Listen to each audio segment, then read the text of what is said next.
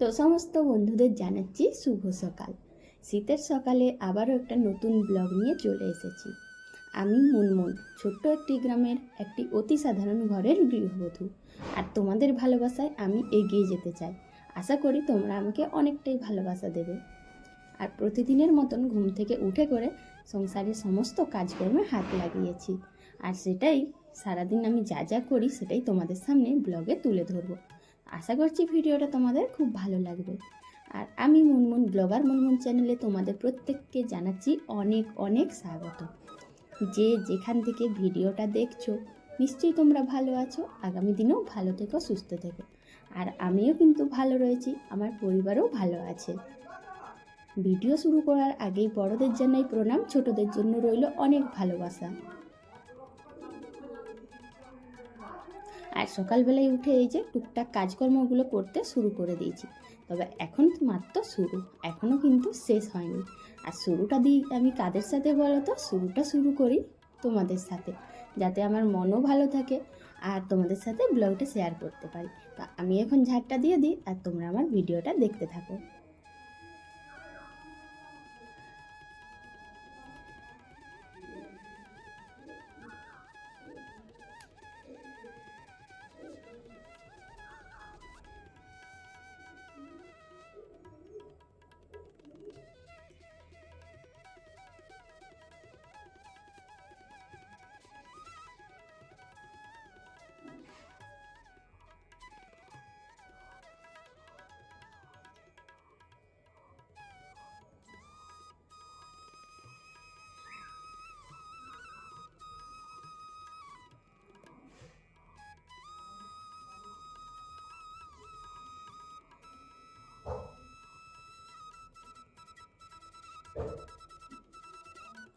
উঠোনটা ঝাঁট দেওয়া হয়ে গিয়েছে আর এখন বাসনগুলো মাজবো।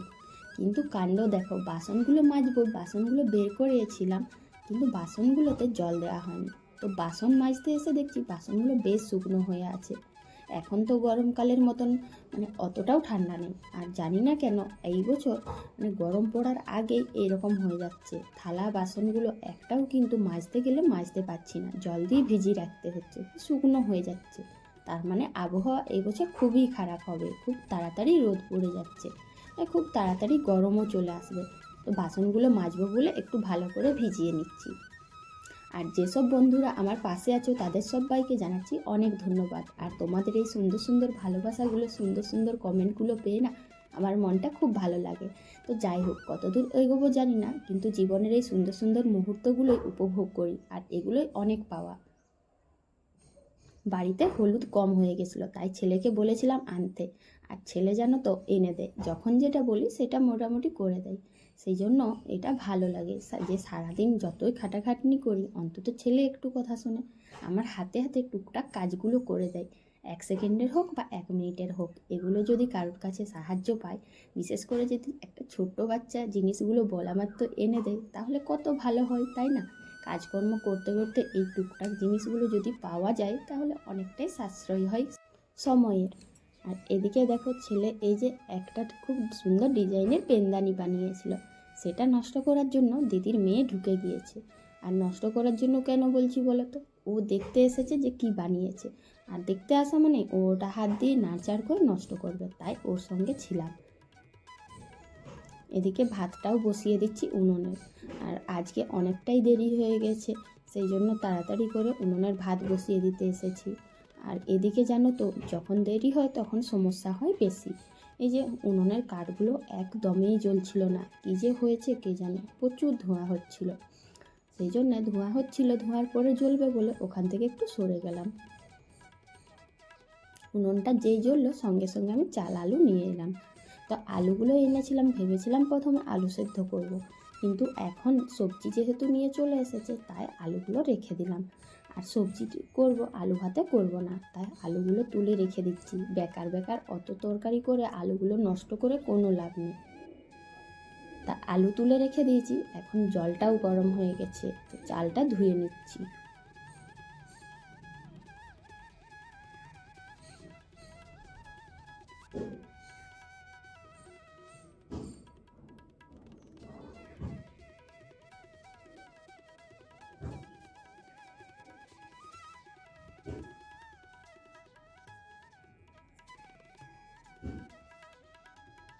রান্না করতে করতে শাক ধোয়া বা চাল ধোয়ার জন্য আমার এই ট্যাপটা অনেক কাজে লাগে।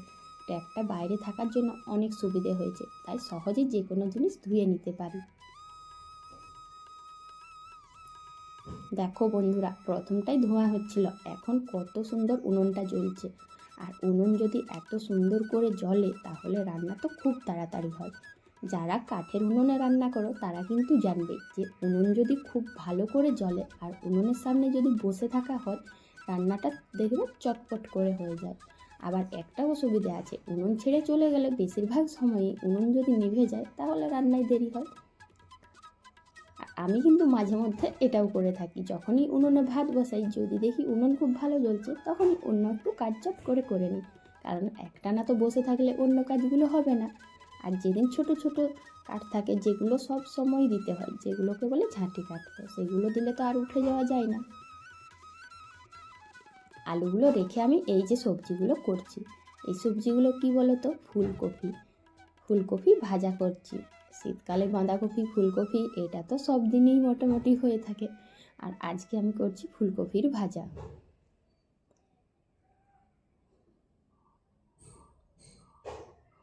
ফুলকপির ভাজা করলে খুব বেশি, যে কোনো ভাজা করলে খুব বেশি আঁচ দেওয়া যায় না, যদি খুব বেশি উনুনের কাঠ জ্বলে তাহলে পুড়ে যাবে। তবু দেখো, এই যে এইটুকু একটা ছোট্ট কাঠ কিন্তু জ্বলছে না, তার মধ্যেও কড়াটা কীরকম পুড়ে যাচ্ছিল। মানে ভাজা করতে গেলে খুব হালকা আঁচে করতে হয়। ভাত আর ফুলকপি ভাজা হয়ে গিয়েছে। আর আজকে করব নতুন একটা রেসিপি। অনেকেই কিন্তু এই রেসিপিটা পছন্দ করো, আমাদের বাড়িতে আমার শ্বশুরমশাই এটা তো খুবই পছন্দ করে। তো চলো আজ কি বানাচ্ছি সেটা তোমাদের সাথে শেয়ার করছি। কড়াইয়ে ভাজতে দিয়ে দিয়েছি বেসনের বড়া। আর কি বানাচ্ছি বলো তো বন্ধুরা, বেসন বড়া ডাঁটা দিয়ে ঝোল। বেসন বড়া ডাঁটার ঝোল খেতে কিন্তু দুর্দান্ত লাগে। উনুনের কাঠগুলো না অনেক জ্বলে গিয়েছিল, যার জন্য পুড়ে যাবে ভেবে আমি তাড়াতাড়ি কড়াটা নামিয়ে নিয়েছি। আর বেশি আঁচ হলে দেখবে ভেতরটা হয়তো ভালো করে হলো না, উপরটা পুড়ে গেল। তাই যে কোনো কিছু ভাজা করলে একটু আঁচটা কমিয়ে দিই, না হলে কড়াটা নামিয়ে নিই।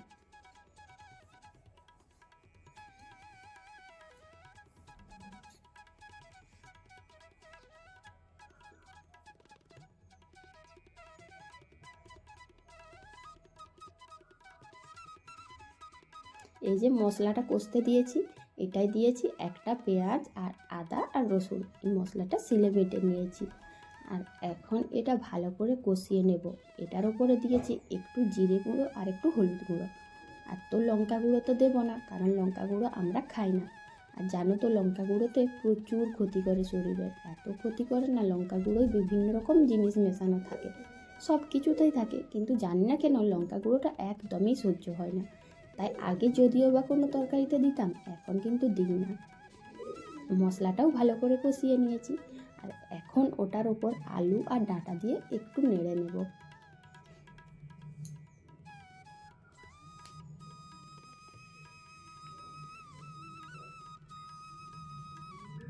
মশলা কষার সময়ই আমি প্রথমে নুনটা দিয়ে দিয়েছিলাম, সেই কারণে আর এখন দিলাম না, একটু বেশি দিয়েছিলাম, তাই ঝোলের মাপটাও হয়ে গেছে।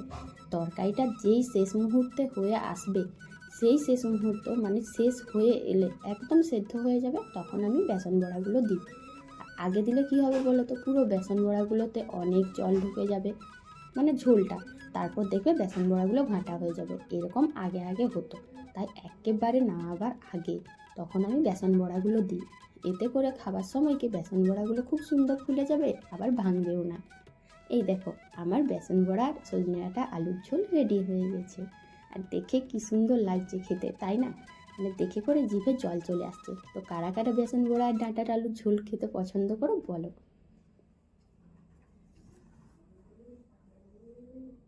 এখন চলে এসেছি ছেলের আবদার রাখতে। তো জানো তো, সারাদিন এত খাটাখাটনির পরে এই আমাদের মতন দিন আনা দিন খাওয়া সংসারে ছোট্ট ছোট্ট মুহূর্তগুলো থেকে না অনেক কিছু সুখ পাওয়া যায়। আর এই ছোট্ট মুহূর্তগুলো, ছোট জিনিস পাওয়াগুলোই আমাদের সংসারে অনেক সুখের, অনেক শান্তি। এই যে এখন যেমন ছেলে আমাকে টেনে হিচড়ে নিয়ে এসেছে বিকেলবেলায় বাগানে, আর কি বলছে জানো, চলো তোমরা ভিডিওটা দেখো তাহলেই জানতে পারবে। ও বলেছে, মা চলো বাগানে একটা জিনিস দেখবে। তারপর অনেক জিজ্ঞেস করার পর বলল, ওই জিনিসটা যদি তোমরা না আনো, এই দেখো ও পেছনে বকবক করছে, তাহলে হনুমান খেয়ে নিয়ে চলে যাবে। আর তুমি ওটা চলো নিয়ে আসবে, আমি বরঞ্চ তোমার ভিডিও করে দেবো, তবু তুমি আনবে চলো। আর তোমার তো আমি ভিডিও করে দিতে সুযোগ পাই না, তাহলে এটা নিয়েও আসবে, তাহলে আর হনুমানে খাবে না। তো কি আনতে যাচ্ছি তোমরা দেখো। যা, পুরো কলা গাছটাই আমি ফেলে দিলাম। কলা গাছের মধ্যে দেখো একটা খুব সুন্দর জিনিস আছে।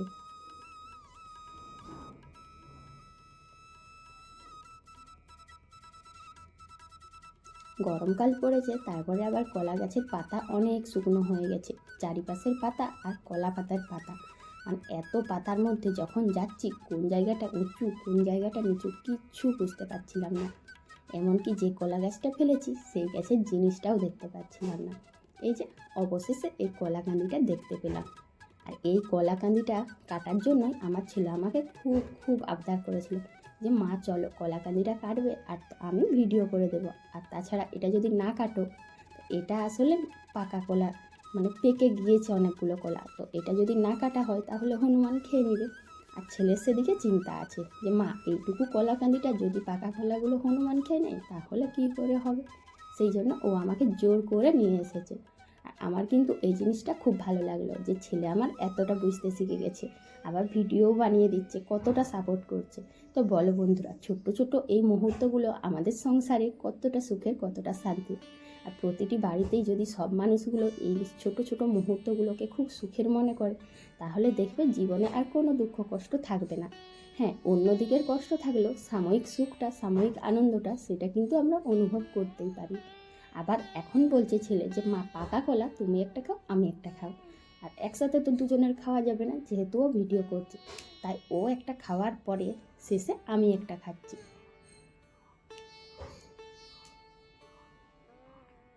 সত্যি বলতে এই মুহূর্তগুলো আমাকেও খুব ভালো লাগে।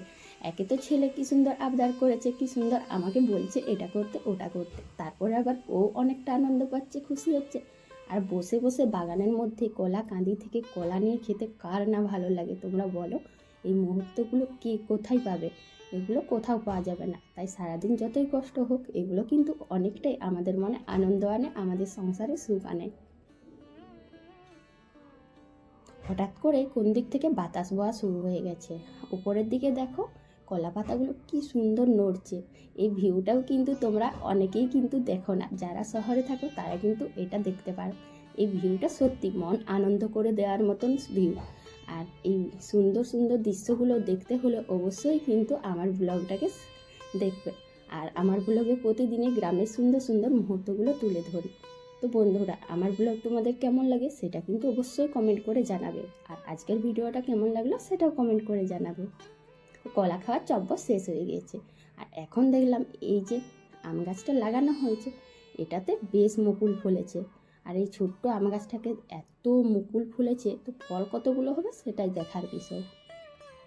এখন কলাগুলো নিয়ে বাড়ি যাই, কাল আবার দেখা হবে। তো চলো সবাই টাটা, সবাইকে অনেক অনেক ধন্যবাদ।